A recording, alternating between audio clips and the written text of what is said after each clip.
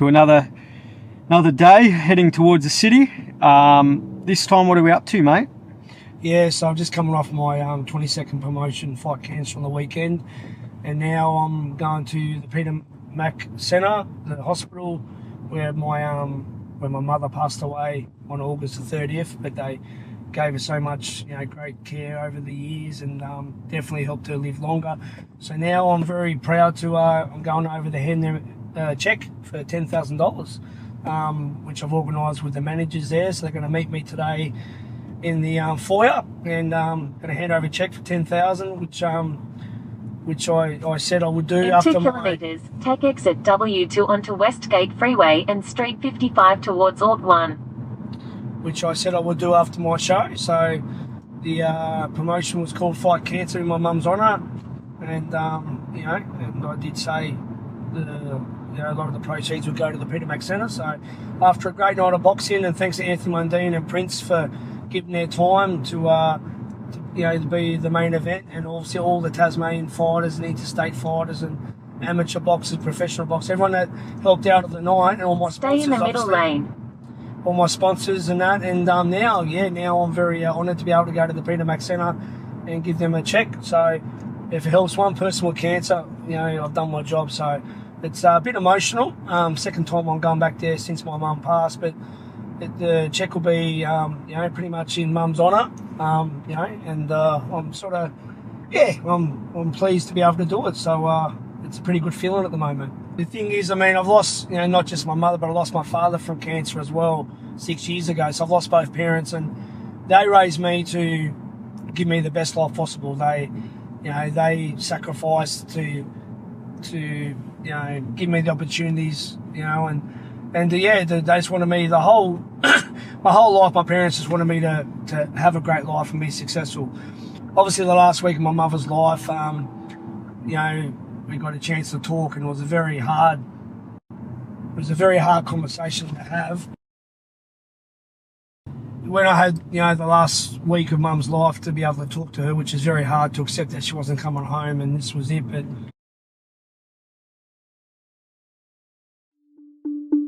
we got to talking, and I said, what do you want me to do, Mum? How am I going to live without you? And she said, you'll be fine, son, because you're strong. You build a strong stuff. And she goes, make me one promise. I said, what's that? She said, just keep living your life, and fulfilling your dreams are making me proud. So, so that was the biggest thing. The fact that her last wish for me was to keep, keep living my life and keep following my goals and my dreams. So I took that really personally. I took it like it hit me hard, and ever since Mum passed, obviously over the grieving part, I'm still grieving now, but the thing is, the fact that all I've done since then is do great things. I've been to Saudi 3 times since Mum passed, and the connections that I've made there, all the stuff I'm doing in boxing, my show, the other night for the Fight Cancer, now to donate the money to Peter Mac. The thing is, now I feel motivated. The fact that everything I do, she's watching me, and my dad too. They're both watching me. I feel like I'm now held to a certain level that I have to be this person now. So every day I try and do something positive and keep being successful. As I said, and I'm obsessed with just achieving my goals now more than ever. I've always been a goal-oriented person. Get to where I got in boxing, representing my country as an amateur, representing Australia, and to fight professionally. You don't get that without being motivated and dedicated. But now it's different. Now I've got my mother and father looking over me, and I'm held to a certain standard now. So I'm just gonna keep dominating. As I said, I've just got so many goals, so many plans. Obviously, after I pass his check on today, that's that sort of, that shows, done and dusted now. My 22nd promotion. I'll do another one later in the year as well. But Terence Crawford, bringing him down to Australia in April, May, and then obviously the WC convention, which I'm organising for next year, which is going to take a lot of work and a lot of effort. I know I'm up for it, but all this, it's just it's just there in front of me, and I'm just obsessed with conquering goals, and I know that they're both watching me, obviously now. So the promise I made to my mum, I take every day, because I was worried how I was going to react. I did have all these crazy thoughts of killing myself. I thought I don't want to live without mum, so I thought of killing myself. I thought of probably just taking my frustrations out in the world and probably doing some stupid shit. Thought all sorts of things crossed my mind. And I've got a beautiful partner as well, so it's not, wouldn't be fair to her as well. What did your mum say? If you recall what your mum said to you, it always goes back to that, doesn't it? She goes, just don't ruin your life, don't do nothing stupid. So she knows I'm a hothead, and the thing is, not just being a hothead, but the fact that she knows that I wouldn't take it very well, that I'm sort of left alone now. As in my parents, I've still got a beautiful partner, I'm blessed, but the fact that I've got I'm left alone now. My parents have always been my rock, and I don't know anyone that was close enough to their parents as I was. I won't say anyone. I won't say, I'm closer to anyone than anyone else. I'm not putting other people down, but no one would be as close, or closer, because we just had a bond, me, mum and dad. So she was worried how I would react, the fact that now she's not here, and how I would be. And I didn't know how I'd be, honestly. I still have my days where I get upset, like I get emotional, I get sad, and I do get angry. The fact that, why is my mum not here? Why did, at 69 years of age, why did cancer take her life when there's so many other people that don't deserve to live? People that are evil. But I'm not going to go too much into that, because that makes you a bit bitter, which I don't want to be bitter. I'm not bitter. I'm blessed to have had, the best mother ever, most kindest, beautifulest, selfless soul that's ever walked this earth, and everyone that knows her, they know how special she was. So look, now I'm just honouring her and Dad. They both lived through me. And that's it, man. So today's a good start. So I hand over the check in Mum's honour.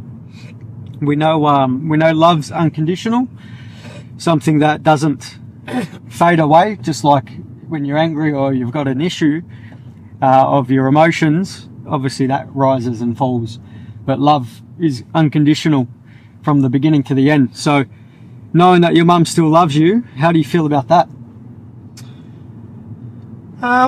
It's like, even though she's, the body's not here, but the love's still there. Look, the bond we had was, on another level, and the love that we shared. But look, when I was in Saudi, both times, the last few times, but especially the second last time, I think it was Fury Usyk 2. Everything that happened in that trip, well, the whole trip actually, was a 3-week tour. That was the tour. That was the Russia, Chechnya, Denmark, Russia, Chechnya, Germany, Hamburg, WC Convention, Denmark, Dubai and Saudi. Every day was the best day ever. And I knew she was pulling strings from up in the clouds, because what was happening on that trip, it wasn't possible. It was just like everything was working out in my favour, which doesn't usually happen for me. So there definitely was something greater power going on in that. So so as I said, that was the first real thing. I thought, geez, maybe my mum couldn't help me in a lot of ways while she was here, besides giving her love and that to me, but now she can help me. And she's doing some magic, because I'm going from strength to strength, and I'm only going to keep going from strength to strength. So in that way, I am blessed, and look, I'm just proud to continue my mum and dad's legacy. Going upon the love is unconditional, it just seems that you shared to me that your mum showed you in other ways during your time overseas, that you're supported in ways that typically don't normally happen. So does that seem like something is different to the purpose that you were originally on, now that your mum's pulling strings for you? I can't explain it anymore. Like I said, I've always been a network. I've always been someone that gets stuff done, but lately I've definitely had some help, and it's got to be mum doing it, because I'll tell you now, I've never been that guy that believes in all this stuff either, but afterlife stuff. I just sort of never knew, never believed. But now, man, what's been happening lately is supernatural. So thank you, Mum. Thank you, Dad.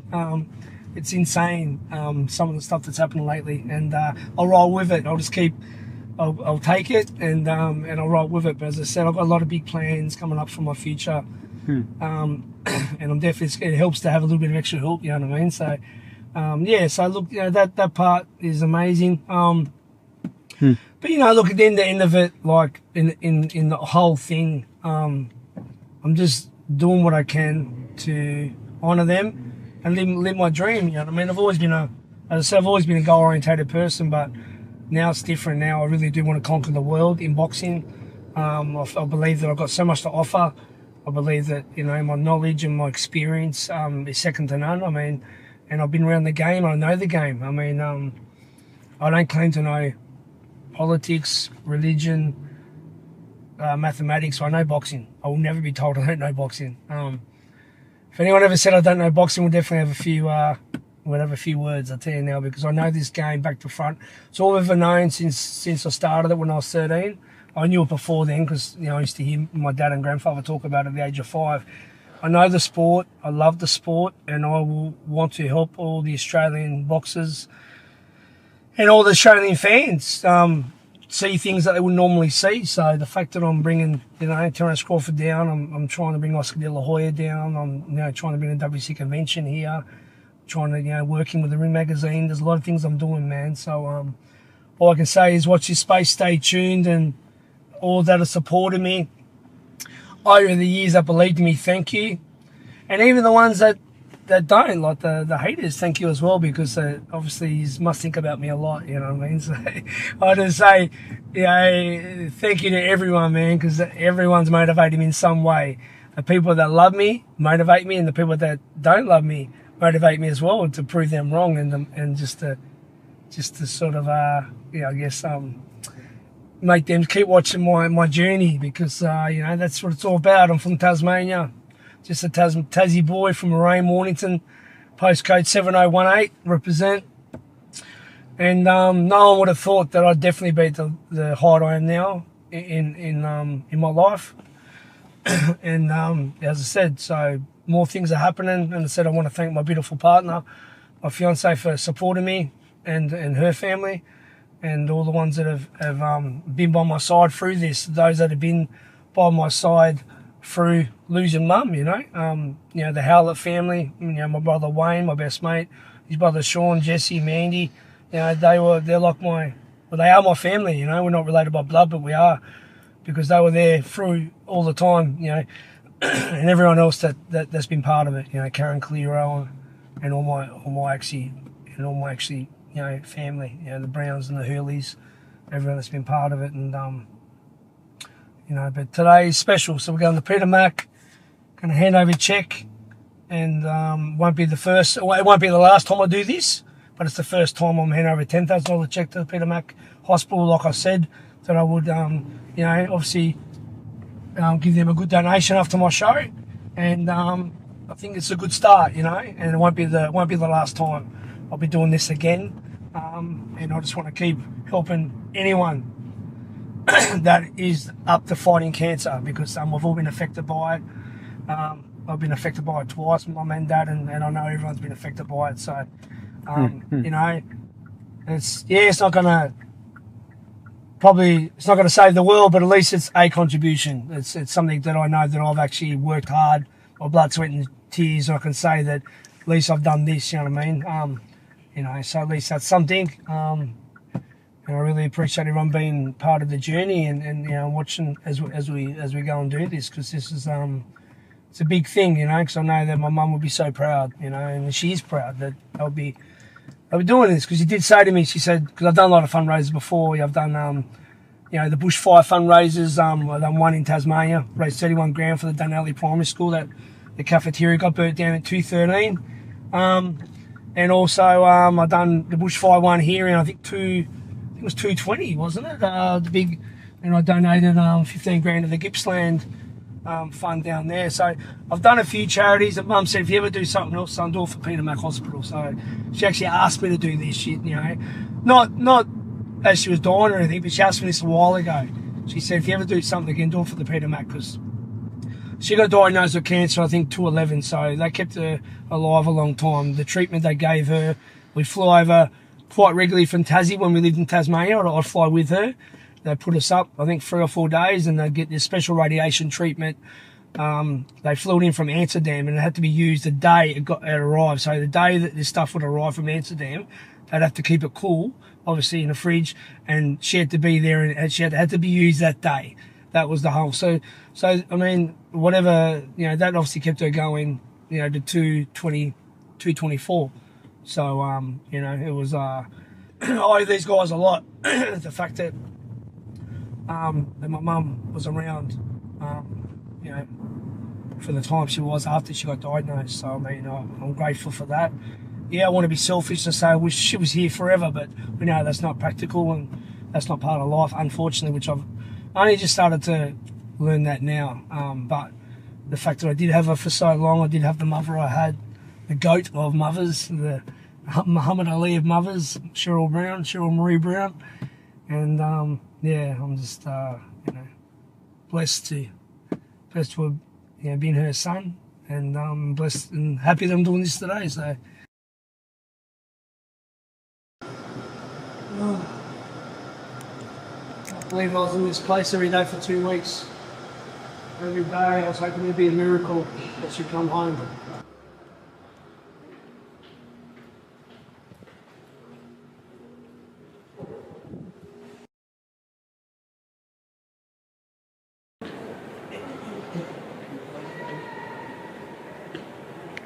Okay, how are you? You have to, is it Clarissa?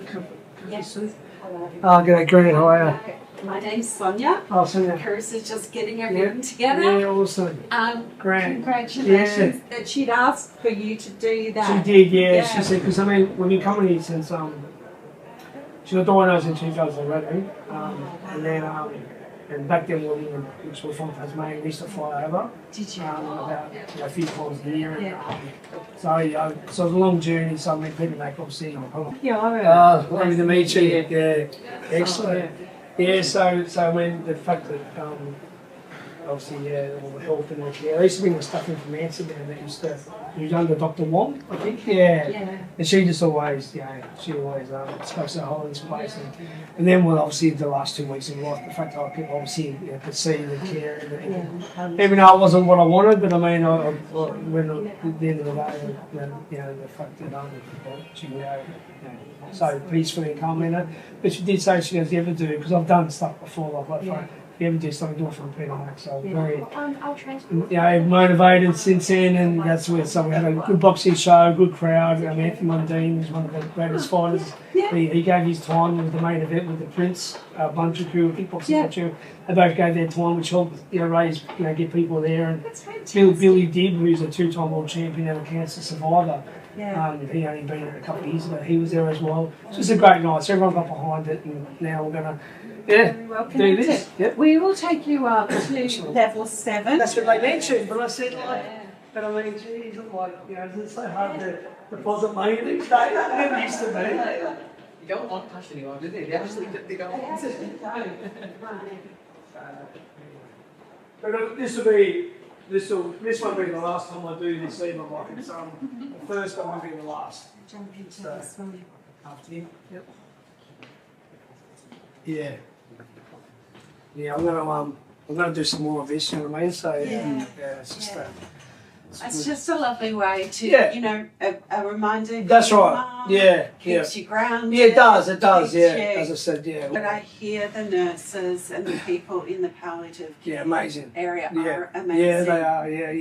Yeah. As I said, but and the thing that because I was so hurt and everything, and every time I leave, but I took in that everyone, like I see people in the lobby, everyone's there for the same reason as you. Yeah. So I made sure I sort of check my emotions a bit, because I think, well, everyone's here for the same reason. The name of Mother Cheryl Brown. I'd like to donate this check to the Peter MacCallum Clinic for all the great work you guys do. This is from my boxing event on the weekend, Fight Cancer. So in the name of Mother Cheryl Brown is a check for $10,000. And I hope that this can help you guys and help anyone. Thanks so much for that. It's one of the biggest chats I've ever seen. Yep. Thank you. No, I'm very honoured. Yeah. Thanks so much. Yeah, thank you. Yeah.